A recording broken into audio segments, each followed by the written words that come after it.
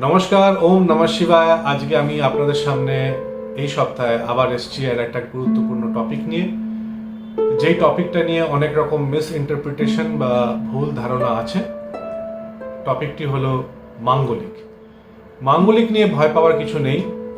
আজকে আমরা মাঙ্গলিক নিয়ে ডিসকাশন করব যে মাঙ্গলিক এই কথাটির মধ্যে কীরকম ভুল ইন্টারপ্রিটেশন আছে বা মাঙ্গলিকের অ্যাডভান্টেজেস কি আর ডিসঅ্যাডভান্টেজেস কি। প্রথমে জানাই যে মাঙ্গলিক কখন আমরা বার্থ চার্টে দেখি। মঙ্গল যখন লগ্ন থেকে, ভালো করে শুনবেন, মঙ্গল যখন লগ্ন থেকে first house, fourth house, sixth house, কোনো সময় সেভেন্থ হাউস, এইটথ হাউস আর 12th হাউসে পজিশন থাকে, তখন আমরা তাকে মাঙ্গলিক বলি। আবার রাশি থেকে যদি first house, fourth house, sixth house, seventh house, eighth house আর 12th হাউসে মঙ্গল অবস্থান থাকে, তখন আমরা তাকে মাঙ্গলিক বলি।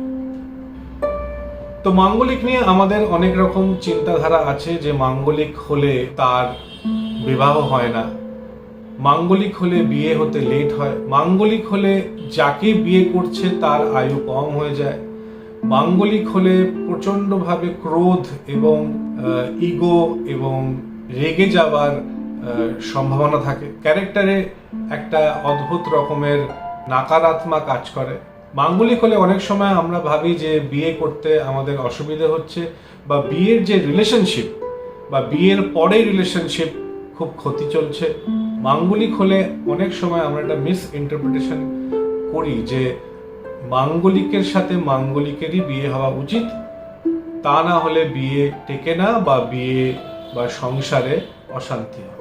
আর একটা ভুল ধারণা হচ্ছে যে মাঙ্গলিক তার অপোজিট যার সাথে সে রিলেশনশিপে আছে তার আয়ু আস্তে আস্তে ক্ষয় হতে থাকে। মাঙ্গলিকের আর একটা ভুল ধারণা হচ্ছে যে মাঙ্গলিক হলে পড়ে গিয়ে আঘাত হতে পারে, অ্যাক্সিডেন্ট প্রোন হতে পারে। তো এরকম অনেক রকমের মিস ইন্টারপ্রিটেশন আমরা মাঙ্গলিককে নিয়ে করে থাকি। একটা জিনিস আমরা জাতকদের বলি, অনেক অ্যাস্ট্রোলজার্সরা যারা প্রফেশনাল অ্যাস্ট্রোলজার্স, আমি আবারও বলছি, ডিজিটাল ক্রিয়েটার্সদের কান দেবেন না, প্রফেশনাল অ্যাস্ট্রোলজার্সদের কাছে কনসাল্ট করবেন। আমরা যারা প্রফেশনাল অ্যাস্ট্রোলজার্স তারা বলে থাকি যে ঠিকভাবে যদি গণনা করা হয় তাহলে অনেক সময় মাঙ্গলিকদের অনেক অ্যাডভান্টেজেস আছে। একটা নর্মাল উদাহরণ আমি আপনাকে দিচ্ছি যে মঙ্গল উচ্চস্থ মানে মঙ্গল এক্সল্টেড ধনিষ্ঠ নক্ষত্রতে, মঙ্গল এক্সল্টেড মকরে, মানে মঙ্গল যদি গ্রহ মকর সানশাইন বা মকরের সাইনে থাকে, মানে ধরুন আমি বলছি যে যিনি মকর লগ্ন তার যদি লগ্নে মঙ্গল থাকে তাহলে সে মাঙ্গলিক হলো, কিন্তু মঙ্গল তো এখানে এক্সল্টেড, তাহলে মাঙ্গলিকটা কি হয়ে গেল? অ্যাডভান্টেজেস হয়ে গেল। আবার কাউরি মকরে মঙ্গল বসে আছে, সেটা হচ্ছে ফোর্থ হাউসে, তাহলে সে মাঙ্গলিক হয়ে গেল, মঙ্গল ফোর্থ হাউসে, কিন্তু যেহেতু মকরে আছে মঙ্গল তো উচ্চস্থ হয়ে গেল, তাহলে সেই লোকের বা সেই জাতকের মঙ্গল অ্যাডভান্টেজ হিসেবে কাজ করবে।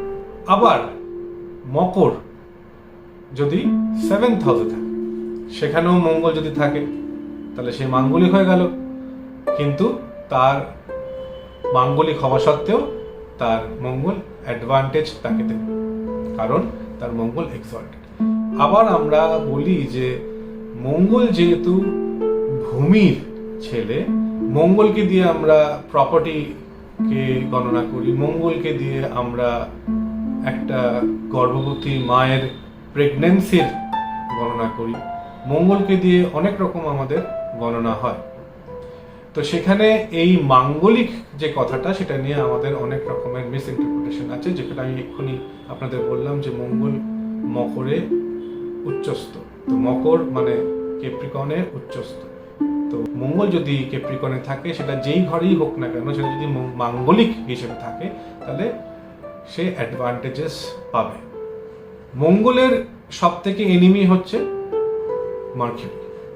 মঙ্গল যদি মার্কিউরির সাথে থাকে বা মঙ্গল যদি মার্কিউরির কোনো নক্ষত্রের সাথে থাকে বা মঙ্গল যদি মার্কিউরির কোনো ঘরে থাকে, জেমিনাইন বা ভার্গ এতে যদি থাকে, তাহলে মঙ্গল একটু নিচস্থ হয়ে যায় বা মঙ্গল একটু ডিসঅ্যাডভান্টেজেস দেয়। কিন্তু মঙ্গল সব থেকে ভালো হচ্ছে জুপিটারের সাথে, মঙ্গল ভালো হচ্ছে চন্দ্রের সাথে, কোনো কোনো সময় চন্দ্রের সাথে। মঙ্গল আবার কোনো কোনো সময় রবির সাথেও ভালো, রবির সাথেও মঙ্গল ভালো। তো রবি মঙ্গল যদি থাকে তাহলে ভালো, যদি জুপিটার মঙ্গল থাকে তাহলে তো খুবই ভালো, চন্দ্র মঙ্গল যদি থাকে তাহলে কোনো কোনো সময় সে ভালো অ্যাডভান্টেজেস ফল দেয়। মঙ্গল আবার শুক্রের সাথে নিউট্রাল, মঙ্গল শনির সাথে মানে শনি যদি মঙ্গলের সাথে একসাথে কনজাংশন থাকে তাহলে সেটা নিউট্রাল, মানে ডিসঅ্যাডভান্টেজ অ্যাডভান্টেজের মধ্যে থাকবে না। আপনার কর্ম হিসেবে মঙ্গল আপনাকে ফল দেবে যদি শনির সাথে থাকে, কেন শনি কর্ম ফলদাতা, সেখানে যদি মঙ্গল শনির সাথে থাকে তাহলে আপনার কর্ম হিসেবে মঙ্গল আপনাকে ডিসঅ্যাডভান্টেজেস দেবে। যদি আপনি কোনো কর্ম ভুল না করেন তাহলে ন্যাচারালি ওটা নিউট্রালি থাকবে, কোনো অ্যাডভান্টেজও দেবে না, কোনো ডিসঅ্যাডভান্টেজও দেবে না। সুতরাং আপনারা বুঝতে পারছেন যে এই যে মাঙ্গলিক কথাটা, সেটা নিয়ে অনেক রকমের মিস ইন্টারপ্রিটেশন বা ভুল ধারণা আমাদের মনের মধ্যে থাকে যে মঙ্গল যদি কেউ যদি মাঙ্গলিক হয় তাহলে তার বিয়ে হওয়া খুব কঠিন। সেগুলো সব ভুল।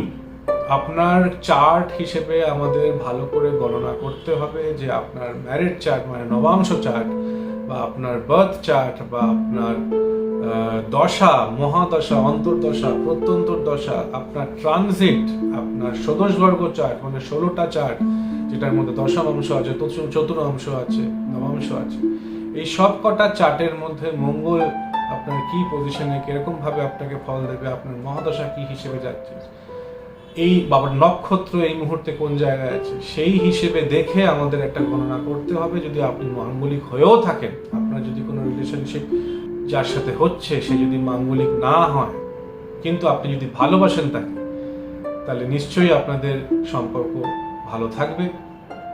ভালোবাসার ঊর্ধ্বে কোনো কিছু না। Pure love is always divine. তো এটা আপনার মাথায় রাখবেন যে কোনো রকম সম্পর্কের জন্য মাঙ্গলিক দায়ী নয়। সম্পর্কের ক্ষতির জন্য আপনি দায়ী, আপনার কর্ম দায়ী, আপনার চিন্তাধারা দায়ী, প্ল্যানেট দায়ী। প্ল্যানেট আপনার যে এনার্জি সেটাকে ভালো দিকে নিয়ে যাচ্ছে না খারাপ দিকে নিয়ে যাচ্ছে। মঙ্গল যদি মার্কিউরির সাথে থাকে তাহলে খারাপ জায়গায় নিয়ে যাবে, আর মঙ্গল যদি ভিনাসের সাথে থাকে, শনির সাথে থাকে তাহলে নিউট্রাল থাকবে। মঙ্গল যদি জুপিটার, সান আর চন্দ্রের সাথে থাকে তাহলে আপনার ভালো থাকবে। এরকম বার্থ চার্ট কনজাংশন বা সমস্যা নিয়ে যদি আপনার কোনো সংশয় থাকে আমাকে ফোন করবেন, আমার নিচের নম্বরে যোগাযোগ করবেন।